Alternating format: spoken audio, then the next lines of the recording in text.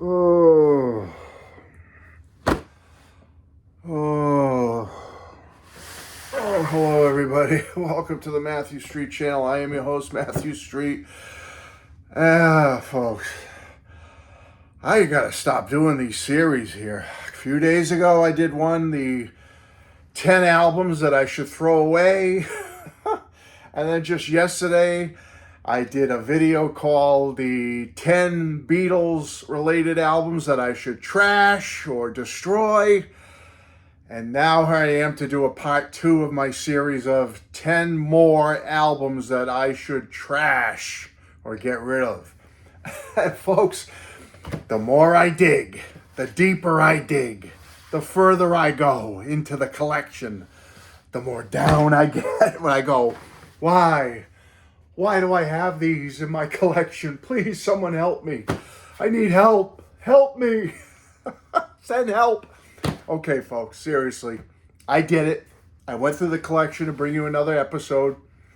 I had a few people that were so kind and said, please, Matt, please do another episode of 10 more albums you'd like to trash or get rid of. So, folks, I went through the collection and I have those 10 right here. Are you ready? Well, I am, so let's go. Okay, number 10. Now, this guy, big, famous guy, especially through the 80s, definitely in the 80s, and he's had success and a strong following and numerous concert tours and shows to this day. In his 70s, he's still performing top form, top notch, looks good, sounds good, and has been putting out albums all along, and I'm talking about Rick Springfield. Now, I go back years liking Rick Springfield and his music, back to 1981 and Working Class Dog, that multi-million selling album with the multi-million selling single Jesse's Girl. Big fan of his. You know, I know if you go back into the 70s, he was more of a teen sensation, like a teeny bopper, 16 magazine kind of guy. But as he came into the 80s, he came into his own as a legitimate rocker, power pop guy, and he put out a series of great albums that I enjoy. Now, do I have everything by him? No. But I went through a period, especially during the 80s, where I was into Rick Springfield because I liked his style of power pop and rock and roll. So I have Working Class Dog. I have Success Hasn't Spoiled Me Yet. There was even an earlier album called Wait for Night that I got that was pretty good. And a few others in the 80s coming into the 90s. I don't have everything. But for some wacky reason, in 1984, Polydor, I believe it was, Polydor or Mercury, one of them, whatever, put out this album. And so I saw it, and it was right at the peak of my craze for buying his music in 1984. He had done Working Class Dog. He had done Success Hasn't Spoiled Me Yet. He had done that Living in Oz album, which was pretty good. He had done the soundtrack to Hard to Hold, which some good tunes on there. So then all of a sudden, I see this in the racks one day, and I go, oh, Rick Springfield? Beautiful Feelings? I haven't heard of that one yet. What is that all about, Matthew? You must get it. And it has a single on it called Bruce. What could that be? And folks, the single Bruce is horrid. It's Rick. It's early Rick, so you can't put him down for it, before Bruce became Bruce and he became Rick. But it's a song about how he was mistaken because Springfield, Rick Springfield, Bruce Springsteen, how their names were so interchangeable that Rick wrote a song about Bruce. She called me Bruce, meaning when I told her my last name, Springfield, she went, oh, is it Bruce? Yeah, whatever. Silly, dumb, I know, especially given the success Bruce Springsteen has had more so than Rick, although Rick has had success. It's horrible. It's a horrible song. This is a horrible album. What this album ends up being is, this was not approved by Rick Springfield, so I wasted my money on it. What did I pay, like $2.99 or something? I don't know what that says. I can't see it with my blue glasses, but it real cheap. I thought I was getting a steal. I've played this once, and I didn't like it. Why? Rick did not approve this. They took old instrumental tracks he had from like back in the late 70s, 1978. He had done some vocals on some like songs he wasn't too happy with. And then in 1984, the year this comes out, let's cash in on Rick Springfield's success. They add new instrumentation to it, not even approved by Rick, with studio musicians, and horrible, Horrible. Just a paper inner sleeve. It stinks. I've wasted too much time on it already. Bye. Okay. Get rid of it. Okay. Next one I haven't played. This one. The Righteous Brothers. Give it to the people. Yes. Give it to the people. Yeah. 1974, and yeah, look at that. I mean, they got some street cred there, don't they? Look at that with their graffiti behind them on the wall. Ooh, that looks real urban. Whoa, they're smashing there in their moon shoes from the 70s and their flared mom jeans. What do you think? You know, hey, yeah, we're street cred right there. I'm not making fun of them, folks. They're okay, you know, but the big song on this was Rock and Roll Heaven. It's the last one on the album. And I think that's why I ended up with this thing, because of that big top 40 hit in 74. And I was into the AM pop hits of the times then when I was 12 or 13. But the rest of the album, I couldn't even tell you what it sounds like. I Rock and Roll Heaven, I know. The rest of it, sitting in my collection for decades. Number 8, Brill Cream presents Sing Along with Connie Francis. Ooh, for smart hair grooming on the back. For smart hair grooming. Well, I'm already out, you know. There's no smart hair grooming going on here, folks. Those days are long gone. So we're not grooming any hair in the Matthew Street household other than Mrs. Street's. But, oh, here's where it says on the back. A little dabble, do ya? Ooh, yeah. You'll look so debonair. Ooh, yeah. The gals will all pursue ya. Yeah. They'll love to get their fingers in your hair. Yeah, I'm telling you, that's what it says. Do you believe me now? Okay. I don't know why I have this. I don't even see a hit on it. It's not like Who's Sorry Now or any of her hits are on here. Made by Brill Cream. You know, there's the tube of Brill Cream. Look at that cool picture there. I wish I had the girls in the day running their fingers through my hair, but, you know, Matthew Street didn't have that kind of action. You know, I wasn't, you know, I wasn't suave enough or whatever you call it. So anyway, why do I have it? I can't think of when I maybe played it once, bought it at a yard sale for, I don't even know what it says. Oh, it says like 25 cents or something there. What's that say? 25 cents, 24 cents? I don't know what it says. There you go. Number 7.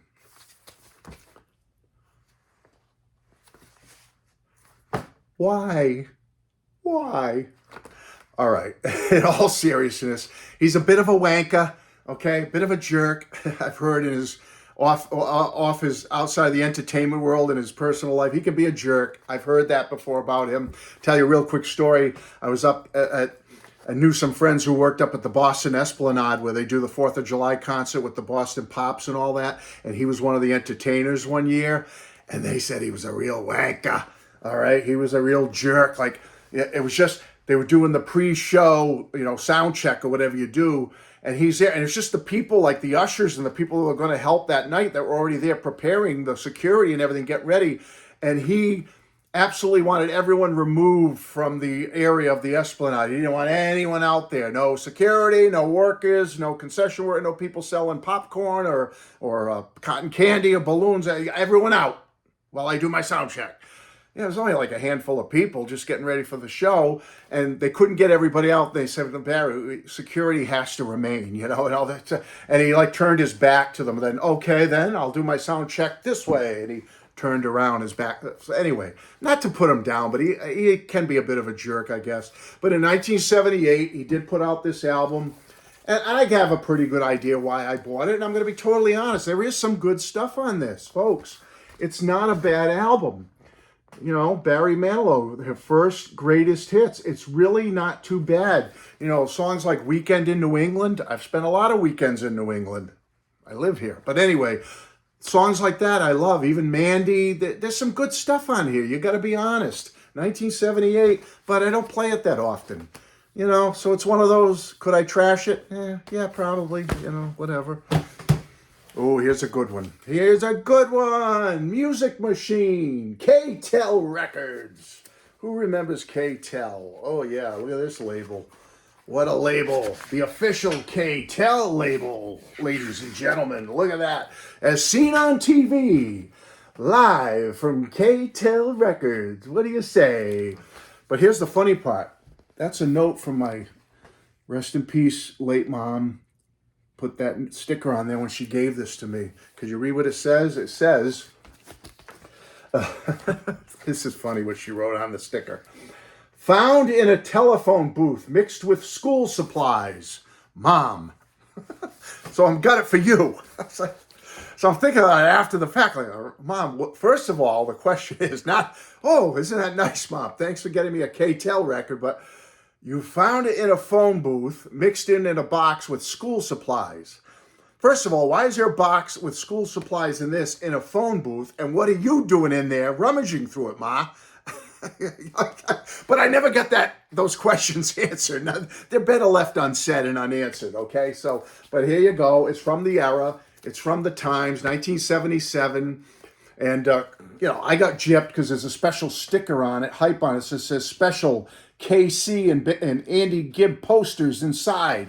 Well, Mom, I got ripped off because they're not in there. I can't hang them up in my collage. They're not in there. So I got gypped. There's no posters. They're gone, long gone. Who knows? But anyway, why do I have it? I don't know. Next one, number 5. We're almost halfway there. I know you're getting sick of me already, but I got to do it. I got to go through this and tell the stories. That's what makes it fun. Tell the backstories. And what's the story on this? I'm in the mood for love. I'm in the mood for love. Simply because you're near me. Funny, but when you're near me, I'm in the mood for love. Are you in the mood for love now? Probably not.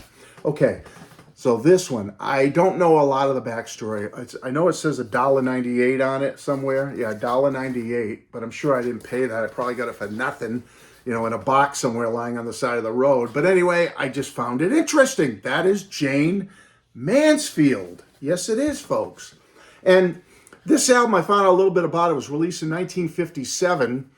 I'm in the mood for love, but silly, stupid me thought it was a Jayne Mansfield album. I thought I was going to get some sexy Jayne Mansfield vocals on there, but no, it's not Jayne. She's just the model on the cover. It's actually Frank Washburn and his orchestra doing a bunch of tunes. So, I got it gypped there. It's not Jayne singing, the famous Jayne Mansfield, but why do I have it? I don't know. I'm getting there, folks. I'm getting there. I know 12 minutes. Hurry up, Matt. Get going. I gotta go to school or whatever. Okay. I get it. Number 4. $2.99. Well, golly. Gomer Pyle USMC here. I don't know why I have this. Why is it still in the shrink? Why is it in my home? Why? Somewhere, my love. It's not even a top-of-the-line release. It's not even Columbia. It's a subsidiary of Columbia called the Harmony label. What the heck's the Harmony label? All right? I don't know what it is. Harmony label. I've seen this as low as 65 cents on Discogs, okay? So it wouldn't hurt me right now to just go with this thing, 65 cents. I think the most I saw, a high, was $25. Who the heck would pay $25 for this when you can get it for 65 cents? But I did hear this is his Sgt. Pepper. Yes, this is the Jim Nabors equivalency of his Sgt. Pepper period. So, 1971. Okay, why do I have it? I don't know. Next, I know, moving on. We're getting down there, only a couple left, folks. Number 3. With the original cover came out in 1956, but it was so popular that in 1962, this is the new refreshed cover, modern 60s cover, slapped on this album by Lawrence Welk called Bubbles in the Wine. Yes, it got a re-release several years after the original 56 release. Bubbles in the wine, shouldn't it be bubbles in the champagne? Come on, in the champagne? That's where the bubbles are, not in the wine. It's in the champagne. Did my button just drop? Oh, yes, I lost a Beatle button, right? Hey, blooper, right in the middle of my video. What do you know? Why do I have it? I don't know. Where did I get it? I don't know. What will I do with it? I don't know. Flush it down the toilet. Who cares? All right, this next one really frightened me. Number 2 scares me. It gives me nightmares. It frightens me. I'm really frightened. Why? Why do I have 2 copies of this? Please, someone help me. Why is one in the shrink even? What's wrong with me? I don't remember why. I don't remember how I got it, where I got it, when I got it. Why is it in my collection? Why do I have 2 copies? Why is one in the shrink? Why is it a Pickwick crappy label album? Pickwick. We all, 1962. The poor guy, Texas Tyler. He lived from 1916 to 1972. Why did I like him so much? He had a big 1948 hit called Deck of Cards, but it's nowhere to be found on this album. So why did I buy it? It's not here. It was a #2 hit. Why would I buy this? Why do I have 2 copies? Why am I going crazy? I don't know. I'm scared. Buy #2. And last but not least, and I hope you bared with me for this one. This is the big one. I don't know what to say or how to approach this one.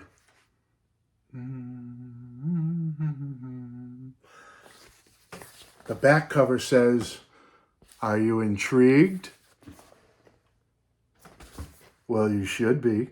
Oh boy, why do I have this? Please, I need help. I need help, folks. Sgt. Pepper's over there. I got the Beatles. I got all this great pop music and rock and roll. Why do I have this? I'm scared for myself. Help me. I need help. Why do I have it? Oh, it says on the back, for the girls. Here's your big moment. For the guys. Are you married? A must to make it merrier. Are you not married? Then just make merry. Yeah. This is so bad and so shameful to have in my collection that it is the #1, next one on my more records to be destroyed, trashed, and thrown away. Because you know why? What puts this over the top? It even comes with an instruction manual. Yes, it does. It's scary, folks. Scary stuff. And if you stick around after this video ends, maybe I'll read this entire instruction manual to you. Okay? What do you say? 17 minutes in. I'm out of here. 10 more albums that I need to trash soon. Goodbye. Okay, so let's pretend like I just turned that off now and get some glasses here. And let's read a little bit of this. Honey, is that man of yours out of the house? He is? Good. Now, we can talk. So let's get down a little hair, woman to woman, okay? Now tell me something honestly. When you went to bed with your husband last night, how was his goodnight kiss? Level with me. Was it hot or not so hot? If your answer to that question is room temperature and with the air conditioner on, yet something is wrong. Let's face it, honey. If he's only been using the bedroom to catch up on his sleep, you need help. Ooh, and I'm just the girl to see that. You get it. I've been keeping men up nights for 20 years. And believe me, there's nothing I do that you can't with a little professional help. You listen to me, and I guarantee the next time your husband wants to go to bed before 11, it won't be because he's already seen the movie The Late Show. Interested? All right. Now let's get back to last night and take it from there. Wait a minute. How did you look when you turned out the lights? Were you still the pretty little thing he married? Was your complexion peaches and cream? Soft to the touch, or like running your fingers through a lacquered minefield? And what about your nightie?